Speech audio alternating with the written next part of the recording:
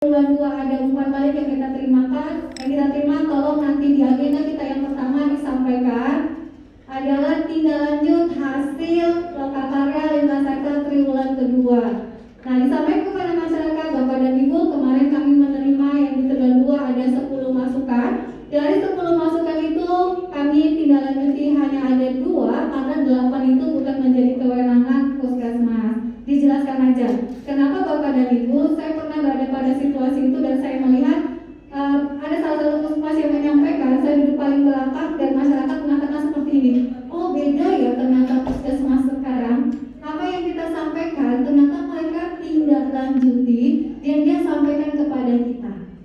Itu bahasa yang saya bisa simpulkan dari masyarakat, sehingga kalau mereka kampus atau siapapun nanti yang meminta masukan, mereka dengan antusias Bapak dan Ibu menyampaikan. Jangan sampai ada bahasa begini, ngapain kita ngasih masukan, kemarin aja nggak ada tanggapannya, gitu ya. Ini Bapak dan Ibu. Oke, lanjut. Yang berikut adalah terkait dengan komunikasi dan koordinasi. Ini juga ciri khas dari UKM bahwa ada komunikasi dan koordinasi. Bapak dan Ibu, untuk 231 ini akan ada kaitannya nanti di program prioritas nasional ya, karena harus ada bukti dilakukan komunikasi dan koordinasi. Ya, apa yang ada di sini Bapak dan Ibu, bahwa keberhasilan sama lah, apapun itu namanya, kita perlu melakukan komunikasi dan koordinasi ya. Kenapa di dalam standar akreditasi pada wawancara itu ada namanya wawancara terhadap lintas sektor, untuk memastikan salah satunya bahwa Bapak dan Ibu punya komunikasi yang baik kepada lintas sektor. Nah, ada beberapa nih saat pembukaan, pada saat opening lintas sektornya hadir. Kampusnya mengatakan kami baik sekali kerjasamanya dengan lintas sektor nih, kampusnya ya. Mereka hadir hari ini. Saat sudah mulai audit, survei, teman-teman PJKN awalnya semangat. Tetapi pada jawaban-jawaban tertentu yang berkaitan dengan masyarakat, mereka mulai mengeluh, susah di sini lintas sektornya, susah diajak kerjasama. Padahal di awal sudah dikatakan oleh kampusnya lintas sektor kami baik sekali, hadir semua pada pembukaan survei kali ini ya. Bukan itu yang kita harapkan Bapak dan Ibu, tapi pastikan komunikasi kita berjalan.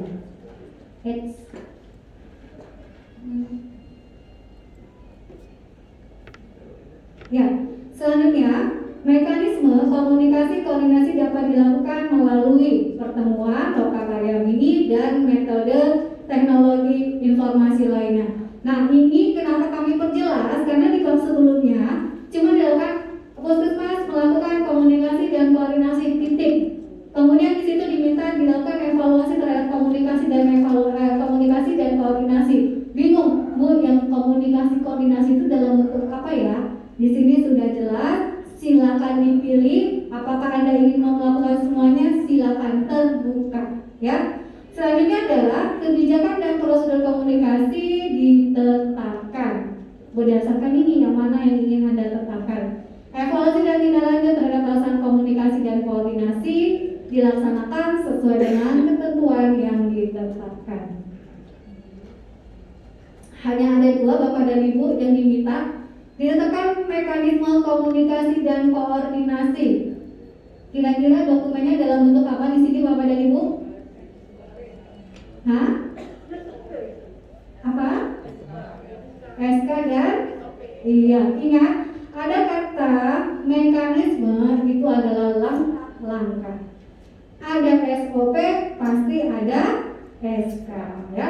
Dilakukan komunikasi dan koordinasi terkait sesuai kebijakan dan prosedur yang ditetapkan. Misal, kalau Bapak dan Ibu mengatakan komunikasi dan koordinasi kami dilakukan melalui pertemuan lokakarya bulanan dan lintas sektor, maka kami akan mengecek sampai di situ. Tapi kalau Anda membuka komunikasi dan koordinasi dilakukan melalui pertemuan lokakarya, kemudian dan pertemuan konsultatif lainnya. Jadi banyak kan sebenarnya yang bisa digunakan ya.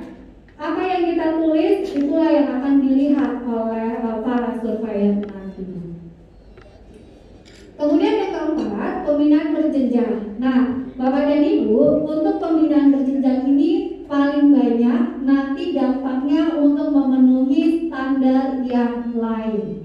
Kenapa? Dari hasil pembinaan ini, salah satu outputnya adalah hasil pemantauan. 25, 26, 27, dan PPN semua meminta mana bukti dilakukan pemantauan. Kalau Anda melakukan ini, maka otomatis setiap PJ program atau koordinator program pelayanan sudah punya bukti dilakukan pemantauan. Apakah dia? Siapakah dia? Gitu ya. Berapa mengingatkan waktunya? Oh, sudah selesai ya? Aku udah jam isi ya. Oh, jadi bagaimana kita pending sisa satu ini ada satu nih bayar, boleh nggak? Boleh nggak Bapak dan Ibu satu aja?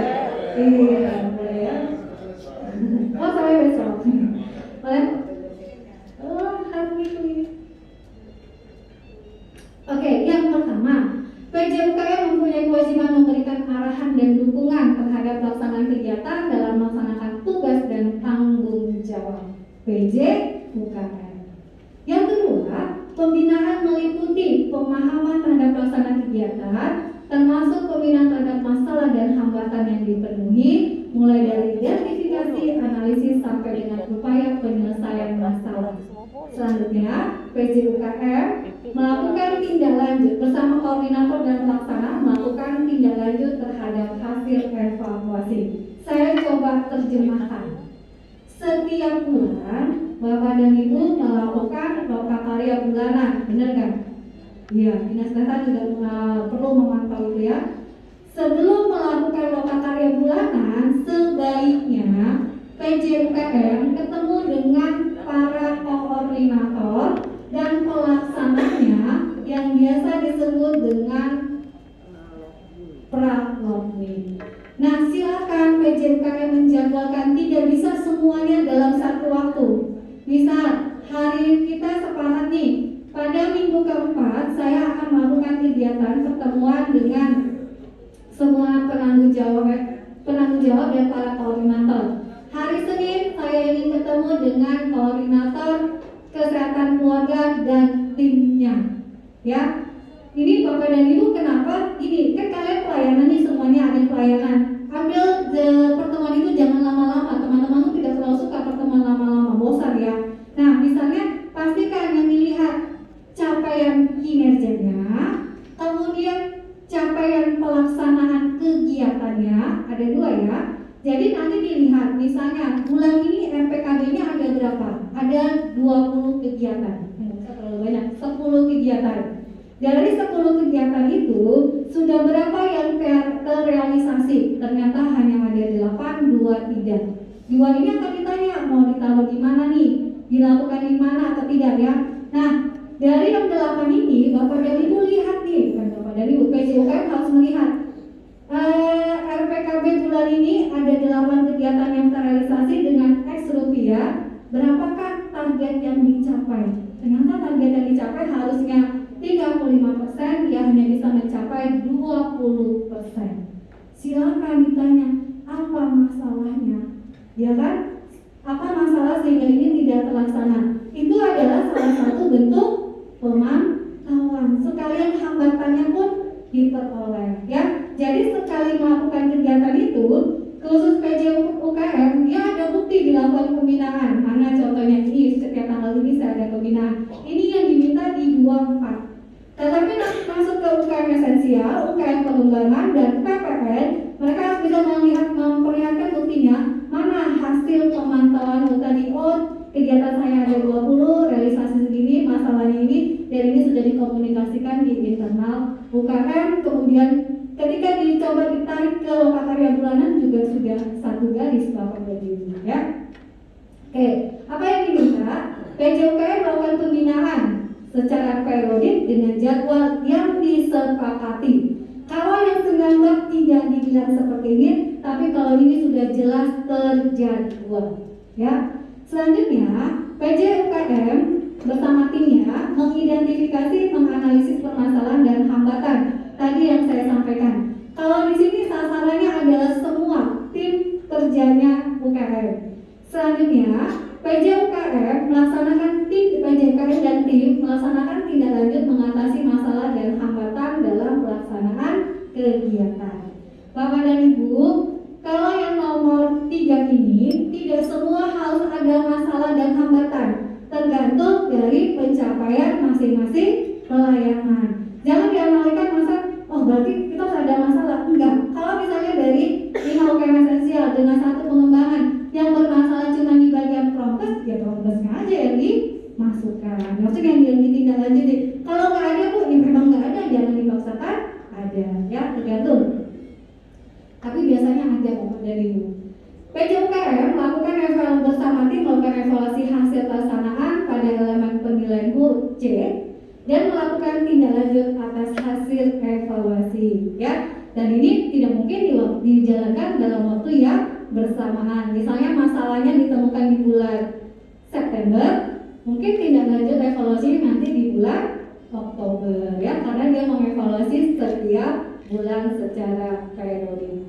Ya, demikian Bapak dan Ibu untuk saya sampai di 2.4. Selanjutnya kita akan istirahat dan nanti dilanjutkan 2.5 sampai dengan 2.8 oleh Ibu Guru, ya. Pertanyaannya di hold dulu, makan dulu.